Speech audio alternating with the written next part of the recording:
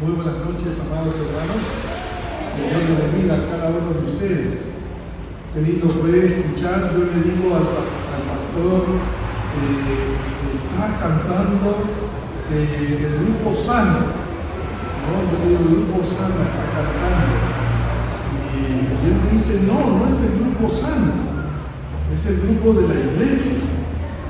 El grupo Sana canta mañana.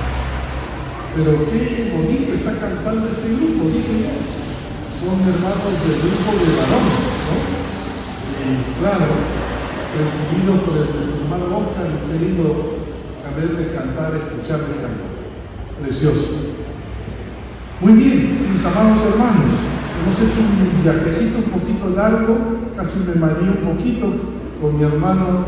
¿Dónde está? Elías. Javier, porque nos hemos venido conversando casi todo el viaje, ya nos conocemos, pero felicitaciones a mis hermanos que cantan lindo, los varones. Qué bendición, qué bendición. Gracias, pastor, por permitirnos hoy día predicar el mensaje de la palabra y nos vamos de lleno. Amén. Hechos 11, 19 al 26. Vamos a abrir nuestras Biblias en Hechos, capítulo 11, versos 19 al 26. Que Dios pueda hablar a nuestro corazón. Amén.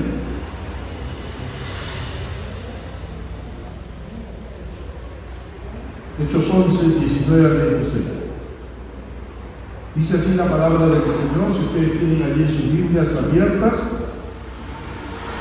Ahora bien, los que habían sido esparcidos a causa de la persecución que hubo con motivo de Esteban, pasaron hasta Fenicia, Chipre y Antioquía, no hablando a nadie la palabra, sino solo a los judíos. Ahora quiero que se le grabe bien esta frase, sino solo a los judíos. Pero había entre ellos unos varones de Chipre y de Cirene, los cuales cuando entraron en Antioquía hablaron también a los griegos. Ahora notes lo que va a pasar, anunciando el evangelio del Señor Jesús. Y la mano del Señor estaba con ellos, y gran número creyó y se convirtió al Señor. Llegó la noticia de estas cosas a oído de la iglesia que estaba en Jerusalén, y enviaron a Bernabé que fuese hasta Antioquía. Cuando llegó y vio la gracia de Dios, se regocijó y exhortó a todos a que con propósito de corazón permaneciesen fieles al Señor, porque era varón bueno y lleno del Espíritu Santo y de fe, y una gran multitud fue agregada al Señor. Después fue Bernabé a Tarso para buscar a Saulo, y hallándole le trajo a Antioquía, y se congregaron allí todo un año con la iglesia y enseñaron a mucha gente, y a los discípulos se les llamó cristianos por primera vez en Antioquía. En aquellos días unos profetas descendieron de Jerusalén a Antioquía, y levantándose uno de ellos llamado Ágabo daba a entender por el Espíritu que vendría una gran hambre en toda la tierra habitada, la cual sucedió en tiempo de Claudio. Entonces los discípulos, cada uno conforme a lo que tenía, determinaron enviar socorro a los hermanos que habitaban en Judea, lo cual en efecto hicieron, enviándonos los ancianos por mano de Bernabé y de Saulo. Que Dios pueda hablar a nuestra vida y a nuestro corazón. Amén. Oremos al Señor. Bendito Señor, gracias te damos por esta noche. Oramos en el nombre precioso de nuestro amado Señor Jesucristo, que hables a nuestra vida, a nuestro corazón. Desafíanos, Señor, a la evangelización, una iglesia que evangeliza, que comparte el evangelio. Es una iglesia que pronto será una iglesia misionera. Será siempre una iglesia misionera, Dios. Instrúyenos por medio de tu palabra. Gracias por esta amada iglesia de Santa Anita, por el corazón misionero que tú estás colocando en ella. Bendícenos, Señor, y que tu palabra nos hable, nos exhorte, nos anime, nos impulse, Padre Santo, y respondamos a ella en obediencia. Te lo pedimos todo esto en el nombre precioso de nuestro amado Señor Jesucristo. Amén. Mi amado hermano, déjame decirte algo con toda claridad. Quiero ser honesto contigo. No existe una iglesia misionera si esta iglesia no es antes una iglesia que evangeliza. Te lo vuelvo a repetir. No existe una iglesia misionera si esta iglesia no es antes una iglesia que evangeliza. En otras palabras, ¿cómo nos lanzamos a alcanzar a los perdidos en otras latitudes si antes no estamos alcanzando a los perdidos en nuestra comunidad, en nuestro barrio, en nuestro distrito? Siempre que un joven se me acerca en mi iglesia y me dice: pastor, ya estoy listo para alcanzar con el evangelio a los perdidos de este mundo, yo lo miro y le devuelvo lo que me está diciendo como una pregunta. Yo le replico como una pregunta: ¿me puedes decir cuántas personas has alcanzado con el evangelio en tu barrio, en la universidad, en el trabajo, en el último año de tu vida? Lo que no haces aquí, no lo harás en el campo misionero. Así que comienza a ganar vidas para Cristo aquí y luego saldrás a alcanzar al mundo perdido. ¿Amén o no? Se quedan mirando los jóvenes, pero se dan cuenta que les estoy diciendo algo que es cierto. Yo no voy a ir al campo misionero a hacer algo que yo no lo hago aquí primero. Si yo quiero alcanzar a los perdidos, debo primero alcanzar a los perdidos aquí, en mi ciudad. Ahora, es interesante sobre este principio, nota bien, es interesante sobre este principio, una iglesia que evangeliza a su comunidad, luego saldrá a evangelizar el mundo. Y sobre este principio se construyó o se edificó la iglesia de Antioquía. Tú recordarás esto, mi amado hermano, Hechos capítulo 11.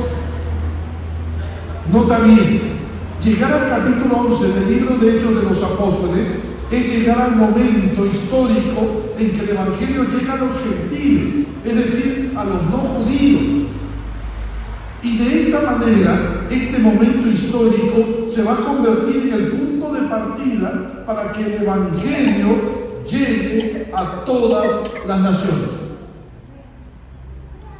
Aquí vamos a encontrar a un grupo de desconocidos creyentes que dieron inicio a la iglesia de Antioquía de Siria.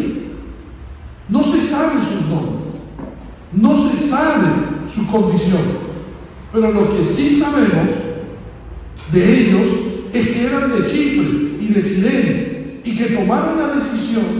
Gracias, mi hermano, muchas gracias. Pensé que vendría con sándwich, pero gracias, el agua me va a ayudar mucho, me va a ayudar. Aquí vamos a encontrar a un grupo de desconocidos creyentes que dieron inicio a la iglesia de Antioquía de Siria. No sabemos sus nombres, no se sabe su condición, pero lo que sí sabemos es que eran de Chipre y de Cirene y que tomaron la decisión de hacer algo diferente porque fueron y predicaron a los gentiles, y fruto de ese trabajo es la fundación, la formación de la iglesia de Antioquía de Siria. Versículo 20. Miren lo que dice el versículo 20. Pero había entre ellos unos varones de Chipre y de Cirene, los cuales cuando entraron en Antioquía hablaron también a los griegos, anunciando el evangelio del Señor Jesús. ¿Notan, hermano? Y luego van a ser este grupo de creyentes de origen judío que le va a compartir el evangelio a los griegos. Luego van a ser reconocidos y respaldados por Dios y por las autoridades eclesiásticas de Jerusalén. Ahora, ¿qué aprendemos de este grupo de cristianos de origen judío? Que se atrevieron a hacer algo diferente a lo que en ese momento era la norma, la regla.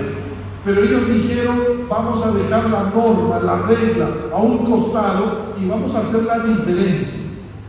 ¿Qué aprendemos de ello? Y que dieron como resultado el inicio de la iglesia de Antioquía. Mire, permítanme, mis hermanos, 3 lecciones. Amén. 3 lecciones que traemos de esta historia de Hechos capítulo 11, 19 al 26. Permítanme. En primer lugar, la primera lección: una iglesia que evangeliza es producto de cristianos obedientes y con compasión. Una iglesia que evangeliza es producto de cristianos obedientes y con compasión. Nota, mi hermano, nota, mira cómo nació la iglesia de Antioquía de Siria. Versículo 19. Ahora bien, los que habían sido esparcidos a causa de la persecución que hubo con motivo de Esteban, pasaron hasta Fenicia, Chipre y Antioquía, no hablando a nadie la palabra, sino, ¿qué cosa? Sino solo a los quienes, a los judíos. Ahora, mira lo que estaba pasando. Esa era la norma, esa era la costumbre, esa era la tradición. No se hablaba la palabra de Dios a nadie, sino solo la palabra a los judíos. Ahora, nota, mi hermano, estas primeras palabras nos llevan de nuevo a otro capítulo del libro de los Hechos. ¿A qué capítulo del libro de los Hechos? Al capítulo 8. Cuando Esteban es asesinado, este diácono de la iglesia que se encargaba de servir las mesas de las viudas de origen griego, este Esteban fue asesinado, pero su muerte produjo una persecución contra los cristianos que ayudó a la expansión del evangelio. ¿Quién diría, mi hermano, que la muerte de un creyente no sería un beneficio? Pero en este caso, la muerte de Esteban fue el mayor de los beneficios para la iglesia del Señor, porque produjo una persecución que ayudó a la expansión del evangelio del plan de Dios. Hechos 8:1. Mira lo que pasó, para recordar. En aquel día hubo una gran persecución contra la iglesia que estaba en Jerusalén, y todos fueron esparcidos por las tierras de Judea y Samaria. ¿Recuerdas? Si no hubiera habido esta persecución, el evangelio se hubiera quedado solo en Jerusalén. Mi hermano, el evangelio no hubiera llegado al Perú, no hubiera llegado a Santa Rita, no hubiera llegado a Los Olivos, si no hubiera habido esta persecución. Y ganar para Cristo Judea, Samaria, hasta lo último en la tierra, no hubiera sido una realidad.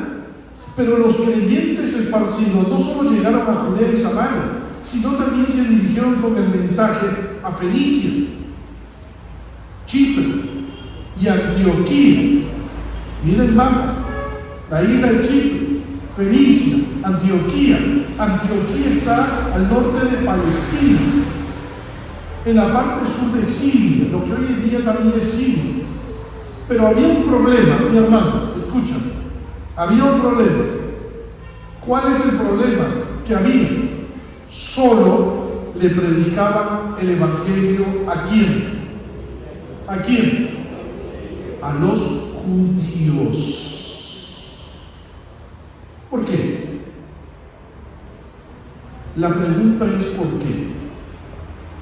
¿Por qué estos creyentes de origen judío, porque son creyentes de origen judío, por qué le predican solo a los judíos? En primer lugar, no han escuchado aún lo que el Señor ha hecho con Pedro en Hechos capítulo 10.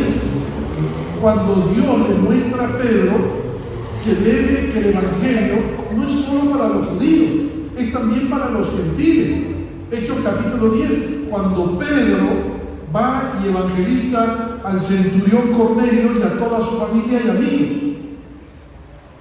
Al parecer estos creyentes no han escuchado hablar de que Dios le ha mostrado a Pedro de que el Evangelio es para todas las naciones. En segundo lugar, además, estos creyentes están siguiendo con su antigua mala tradición o costumbre de que su deber era solo llevar el mensaje de Dios a los judíos.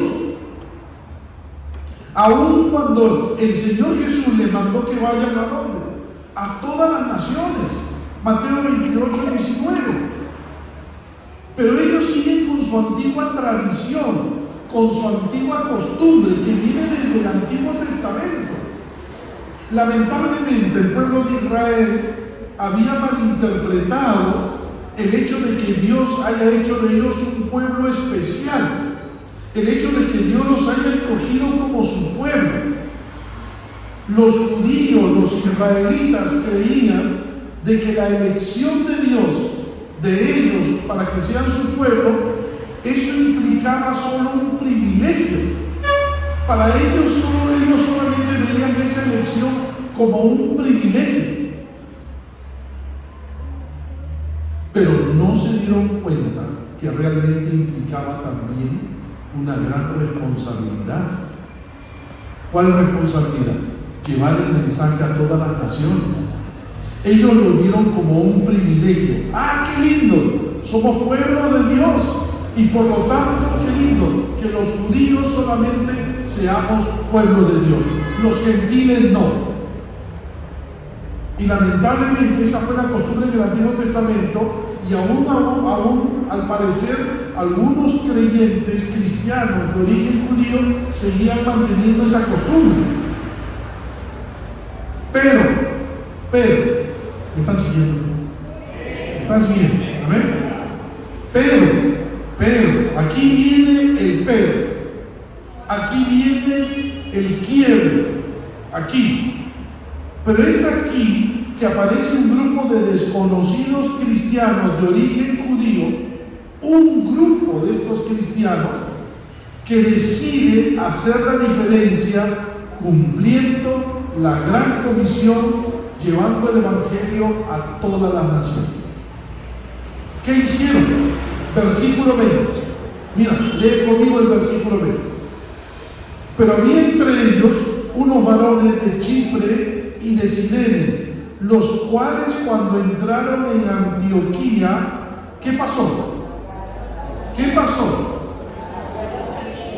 Hablaron también a los griegos, anunciando el Evangelio del Señor Jesús. Ahora, nota, mi hermano, estos varones cristianos de origen judío de Chipre y de Cirene decidieron arriesgarse.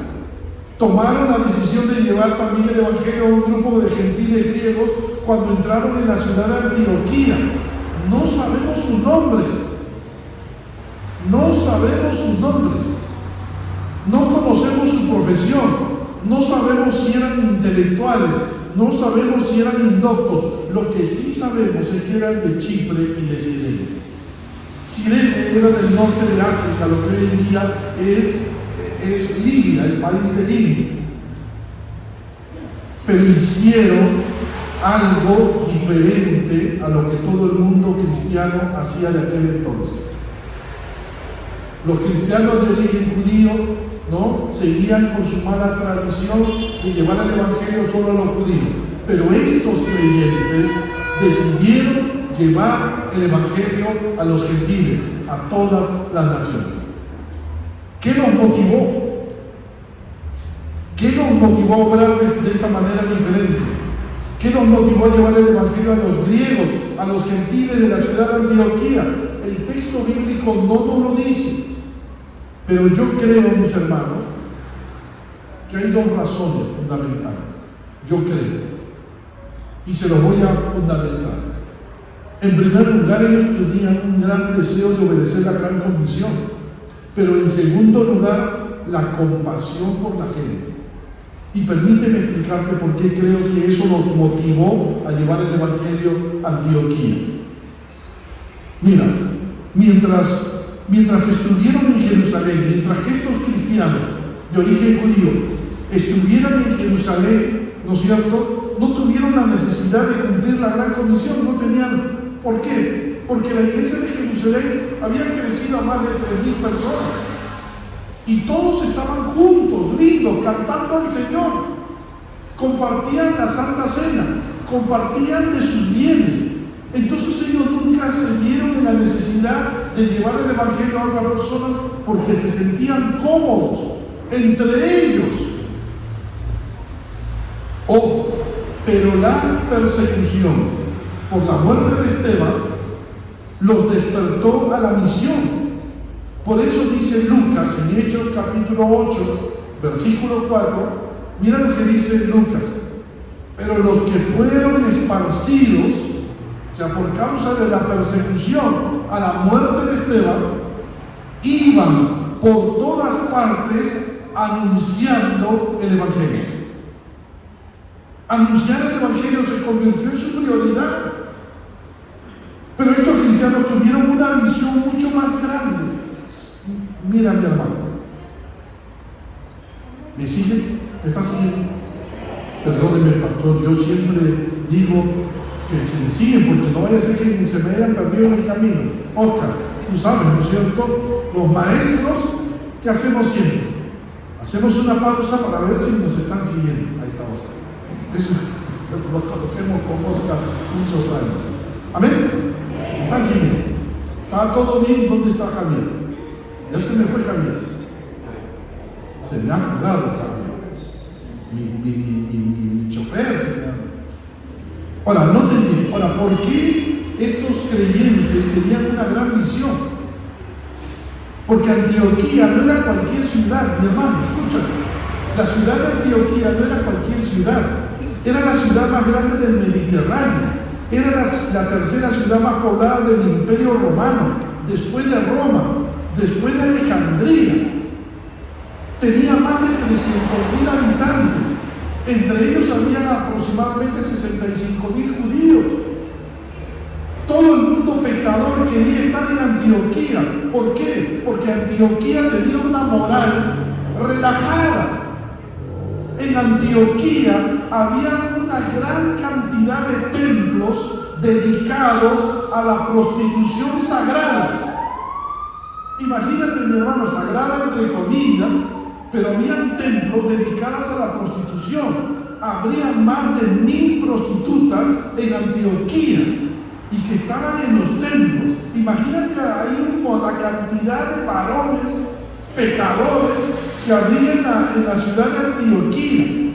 Antioquía era un centro comercial de ámbito internacional. Todo el mundo venía a vender, a comprar en Antioquía. Allí las tradiciones que la gente traía de sus regiones no se practicaban, se pasaban por alto. Es decir, Antioquía es como decir hoy era la ciudad de Nueva York o el París de hoy, ¿no? Donde confluye todo el mundo y donde allí no se respetan normas y no hay vida moral, sino la vida moral está relajada. Plantar una iglesia aquí en Antioquía sería una gran bendición. ¿Por qué? Porque Antioquía se podría convertir en la capital del cristianismo gentil. Y eso es justamente lo que pasó. Tremenda visión, mi hermano. Mira, estos que evangelizaron, estos creyentes cristianos de origen judío que decidieron hacer la diferencia, que decidieron que no solo el evangelio es para los judíos, sino también para los gentiles y griegos, tenían una visión muy grande. Estos tenían una visión no solo localista, una visión mundial. Alcanzamos a Antioquía, vamos a alcanzar hasta lo último de la tierra. Ellos querían llegar con el evangelio hasta lo último de la tierra. Por eso fueron tras Antioquía. Claro está también que detrás de esa misión había una gran motivación. ¿Cuál motivación? La compasión por la gente. Ellos eran fieles seguidores del Señor Jesús. Mateo 9:36, que al ver las multitudes tuvo compasión de ellas, porque estaban desamparadas y dispersas como ovejas que no tienen pastor.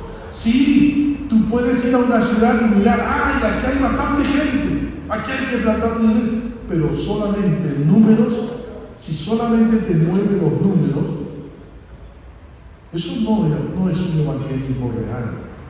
Si no hay compasión por la gente, esto, yo creo que ellos tuvieron compasión como el Señor Jesús cuando recorría las ciudades y aldeas, veía la necesidad de las personas. Estas personas vieron que había mucha gente necesitada en Antioquía.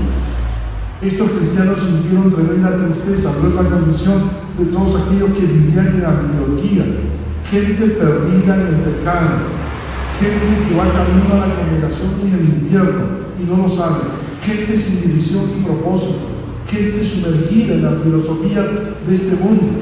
Todo esto los impulsó a hacer algo diferente y llevarles el Evangelio. Y muchas veces, si no evangelizamos como debiéramos, es porque nos falta compasión por las personas. Nos falta entristecernos por la condición de la gente. Mira, ¿me permites contar, pastor? Pastor, ¿estoy bien con la hora? Todavía. Muy bien. ¿Me permiten contarles algo? Rápidamente, rapidito. Estuve en Quito, en la ciudad de Quito, y un pastor me contó algo interesante, un pastor amigo en Quito. Él me contó que en una oportunidad estaba predicando sobre este versículo, y al ver las multitudes, el Señor Jesús tuvo compasión de ellos, y él comenzó a decirle a su iglesia: tengamos compasión por la gente. Y en el momento que él está predicando de esto, entra por la puerta un hombre vestido de negro, todo de negro, polo negro, pantalón negro, un sacón negro, botas negras, todo negro, y tenía el cabello así, echado, ¿no? Ahora, mira, pastor. Y entonces, cuando la gente lo surgieron, lo vieron entrar, ni le dieron la mano, porque ¿no? Tú dices, esto es de ultratumba, ¿no? ¿Qué hace aquí? Y los hermanos se asustaban. Y el pastor, cuando estaba a predicar, nos asustó, pero luego siguió predicando, pero el hombre se sentó atrás. Pero después ya no lo volvió a ver. Entonces él se dijo, bueno, ¿quién habrá sido? Este hombre de negro, vestido de negro. Y entonces en la semana, el pastor está en su oficina una mañana, y mientras está en la oficina, viene corriendo la secretaria y le dice la secretaria al pastor: pastor, hay un hombre de negro que ha venido a buscarlo y solo quiere hablar con usted. Está vestido de negro, parece de ultratumba, pastor. ¿Quiere que lo haga pasar o mejor llama a los hermanos a que lo echen? No, tranquila, a ver, vamos a ver quién es. ¿Qué pasa? Que él se había quedado, porque de repente es el que entró el domingo. Hazlo pasar, lo sientas, pero luego que sales, el pastor, recuerdo que me explicó así, luego que sales, llamas a los hermanos de mantenimiento, ¿no? Por si acaso, cualquier cosa le puede pasar. El hombre se sentó, y el pastor, así con la tranquilidad que quería demostrar, ¿no es cierto?, le dijo: muy bien, ¿qué desea usted, por favor? Muy buenos días, ¿qué desea usted? Y el hombre lo mira y le dice: mire, pastor, yo soy pastor como usted. ¿Cómo? Sí, yo soy pastor como usted. Pero, como diciendo, el pastor lo miró como diciendo, pero ¿por qué te vistes así, todo de negro, ¿no? Y con botas negras. Déjenme explicarlo porque usted se debe estar preguntando por qué me he visto de negro. Y él le dice, mire, quiero que sepa que yo era un emo. ¿Saben lo que es emo? Estos grupos subterráneos que suelen vestirse de negro, se cortan las manos, se hacen, ¿conoces eso, Oscar? Que se cortan, los jóvenes se golpean, exacto, pero están todos de negro. Es un grupo que exalta la muerte, suele exaltar la muerte, y se reúnen en discotecas subterráneas a las 2 de la madrugada. Entonces se le dice, mire pastor, yo era un emo, pero alguien me predicó el evangelio, y yo dejé eso porque yo pude haberme suicidado, pero no lo hice gracias a que el evangelio llevó a mi vida. Y es así que yo le hice una promesa al Señor, le dije que le iba a servir sacando a muchos jóvenes de este grupo de él. Y la única manera que tenemos nosotros para sacarnos de esas discotecas es vestirnos como ellos. Entramos en sus discotecas en la madrugada y nos sentamos ahí y les hacemos conversación y luego tratamos de hacer amistad y luego les compartimos el evangelio. Y entonces al compartirles el evangelio, entonces de que Jesucristo salva y perdona, entonces muchos de ellos se han convertido al Señor. Pero nosotros nos mantenemos así de negro para poder alcanzarlo para Cristo. ¿Y sabes cuál es el problema, pastor? Mira lo que le dice. Es que hemos ido a muchas iglesias y ninguna iglesia nos quiere recibir.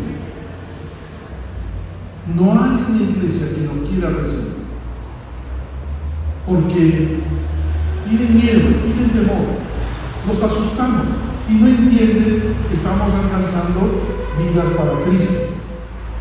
Entonces, y pastor, mira el desafío que le hace. Y pastor, yo le escuché el domingo a usted predicar sobre la compasión de Jesús por la gente.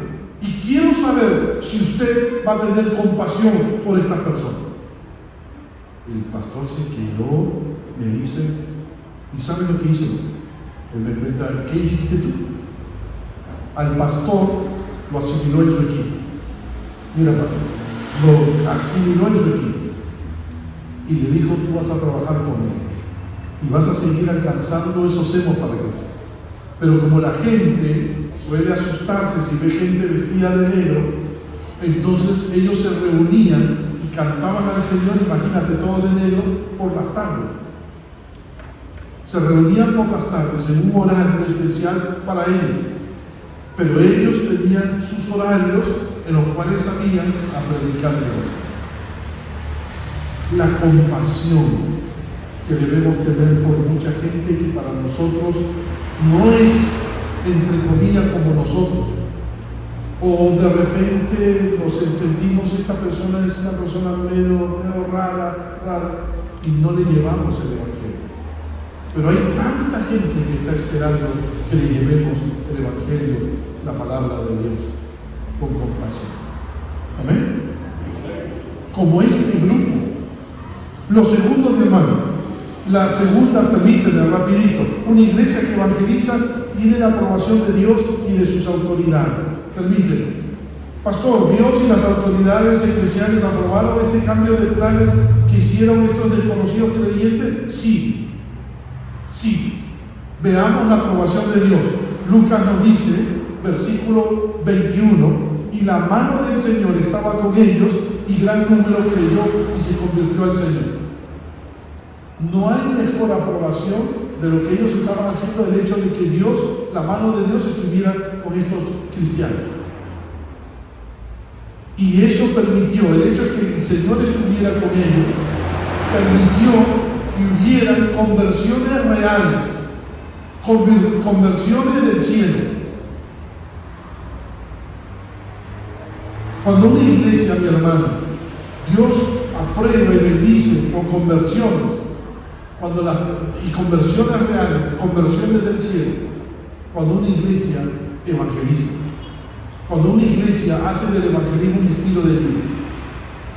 2, en segundo lugar, la aprobación de las autoridades eclesiásticas. Los cristianos de origen judío seguían la tradición de alcanzar con el evangelio solo a los judíos, como Pablo decía al judío primeramente en Romanos 1:16, pero hicieron algo diferente, se arriesgaron estos creyentes de Siria, de Chipre y de Cirene, y fueron al griego y empezaron a ganar gentiles para Cristo. ¿Qué hicieron las autoridades? Mira lo que pasó, versículo 22. Llegó la noticia de estas cosas a oídos de la iglesia que estaba en Jerusalén, y enviaron a Bernabé que fuese hasta Antioquía.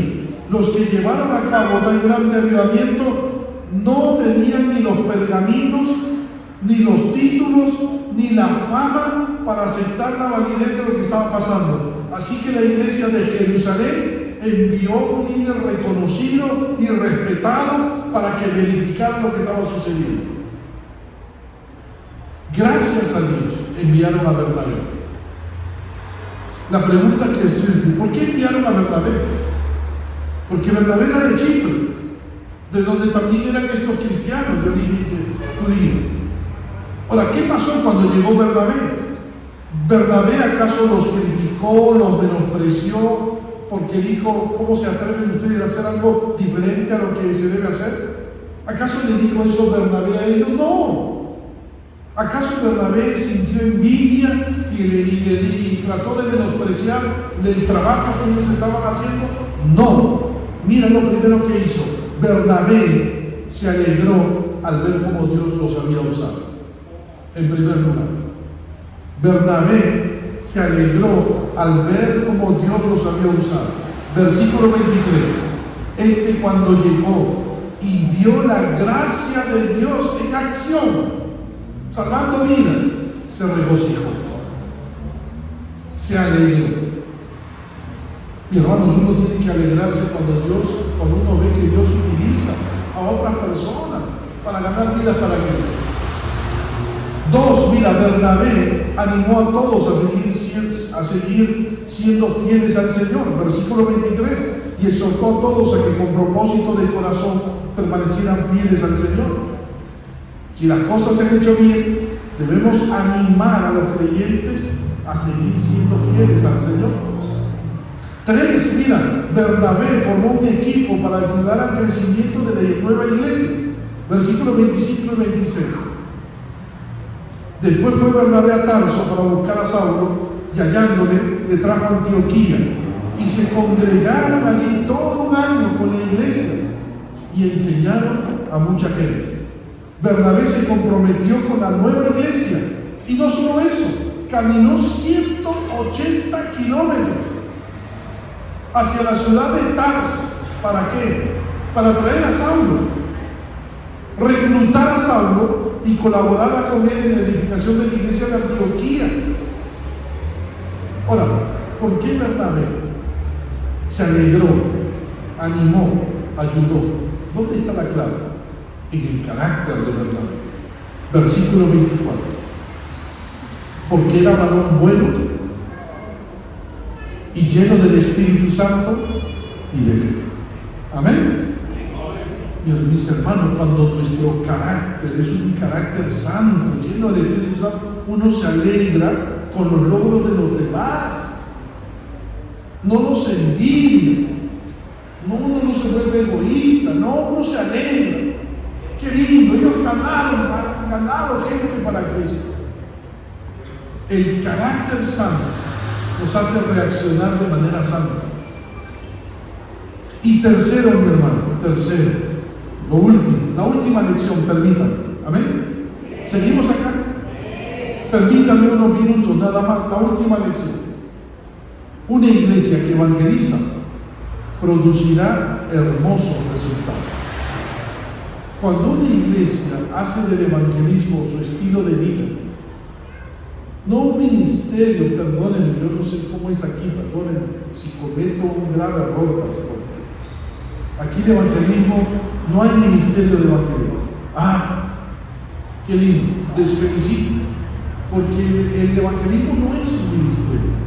El evangelismo, como el discipular, tarea de todo cristiano, de todo creyente. Amén, ¿no? Muy bien. ¿Qué pasa con una iglesia que nace gracias a cristianos que evangelizan? Mira, lo primero que va a pasar es que va a crecer el número. Va a crecer el número. Versículo 24. Y una gran multitud fue agregada al Señor. ¿Cuánto era esa gran multitud? No lo sabemos. Una gran multitud, 500, 1000 personas, no lo sabemos. Pero la iglesia cuando evangeliza, crece en número. 2, en segundo lugar, la iglesia crecerá en calidad de vida. La iglesia va a crecer en discipulado, porque el evangelismo con el discipulado van de la mano. Versículo 25-26. Después fue Bernabé a Tarso para buscar a Saulo, y hallándole le trajo a Antioquía, y se congregaron allí todo un año con la iglesia, y enseñaron a mucha gente. Allí Bernabé y Saulo comenzaron a edificar la iglesia en la palabra de Dios. Un año enseñando la palabra, para que esos creyentes crecieran en su fe. 3, lo tercero, la iglesia va a impactar su comunidad. No va a pasar desapercibida por la sociedad. Versículo 26, en la segunda parte. Y a los discípulos se les llamó cristianos por primera vez. ¿Dónde?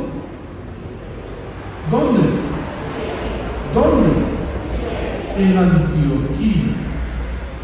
En ese momento el término cristiano significa del grupo de Cristo, seguidor de Cristo. Pero era un insulto, en aquellos días era un insulto, una burla.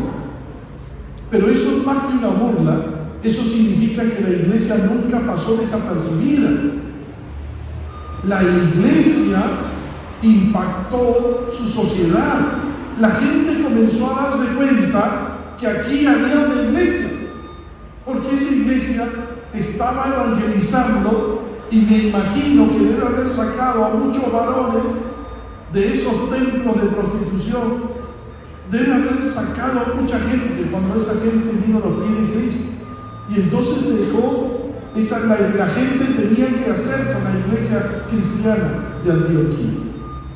En cuarto lugar, mira, la iglesia nacerá siendo una iglesia generosa. Claro, cuando una iglesia evangeliza, tarde o temprano, cuando tú das tu tiempo para ganar vidas para Cristo, al final vas a dar tus recursos para ganar vidas para Cristo. Versículo 27 al 30. En aquellos días unos profetas descendieron de Jerusalén a Antioquía, y levantándose uno de ellos, llamado Ágabo, daba a entender por el Espíritu que vendría una gran hambre en toda la tierra habitada, la cual sucedió en tiempo de Claudio. Entonces los discípulos, cada uno conforme a lo que tenían, determinaron enviar socorro a los hermanos que habitaban en Judea, lo cual en efecto hicieron, enviándolo a los ancianos por manos de Bernabé y Saulo. Hambre, año 45 después de Cristo. Un hambre tremenda vino sobre toda la tierra, no solo sobre Jerusalén, sino también sobre Antioquía. Pero la iglesia de Jerusalén fue la que más sufrió, porque allí estaban rodeados por los romanos. Pero decidieron sus hermanos de Antioquía enviar una ofrenda por Pablo y Bernabé, Saulo y Bernabé. Ellos estaban dispuestos a enviar una ofrenda conforme ellos dieron, conforme a lo que ellos tenían, cada uno de ellos. ¿Notan, mis amados hermanos, lo lindo que es, cómo se va a convertir en una iglesia que evangeliza, en una iglesia generosa? Quien da su tiempo, tarde o temprano, va a dar sus recursos para la evangelización. Y por último, mi hermano, permítanme terminar.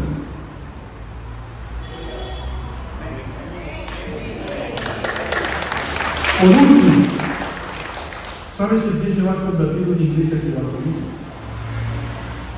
Y he dejado este punto en último lugar. Se va a convertir en una iglesia misionera. como la iglesia de Antioquía, de donde salió Pablo en sus 3 viajes misioneros. La iglesia de Antioquía se convirtió en lo que Jerusalén nunca fue.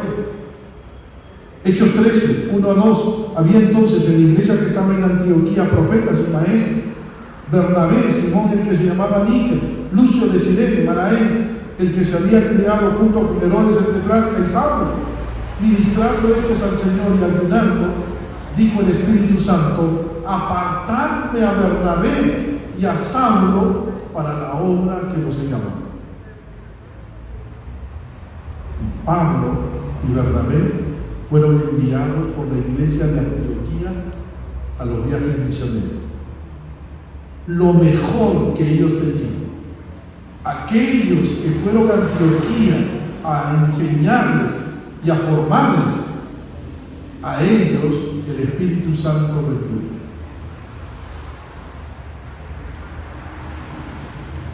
La iglesia se convirtió en una iglesia misionera, mi hermano. Eso va a pasar cuando la iglesia evangeliza. Cuando la iglesia hace el evangelismo su estilo de vida. Quien evangeliza, iglesia que evangeliza a su comunidad, es una iglesia que se va a convertir tarde o temprano en una iglesia misionera. Va a querer alcanzar el mundo para Cristo. ¿Amén? ¿Amén o no? Así que evangelicemos. La forma Dios se la va a dar. Eso aquí no es lo importante, sino el hecho, el principio bíblico que se debe poner en práctica. Evangelismo, discipulado, de la mano, siempre. Y eso produce hermosos resultados. Y el más grande, la iglesia se convierte en una iglesia misionera. Oremos al Señor, oremos a Dios. Padre, gracias te damos por tu palabra bendita. Tu palabra que es viva y eficaz y más cortante que toda espada de 2 filos. Gracias por mostrarnos cómo se inició la iglesia de Antioquía.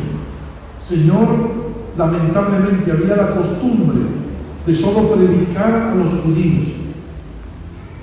Pero hubo un grupo que hizo la diferencia y decidió ir a los griegos y los ganó para Cristo.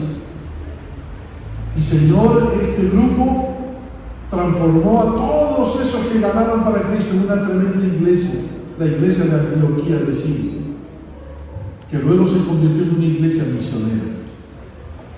Gracias, Dios. No solo misionera, fue una iglesia generosa, creciente, discipuladora. Gracias, Padre, que eso ocurra también en la iglesia, en los Olivos, pero también siga ocurriendo esto en esta madre iglesia que está ganando muchas vidas para Cristo. Gracias, Padre, por esta noche y por lo aprendido. En Cristo Jesús te damos gracias. Amén.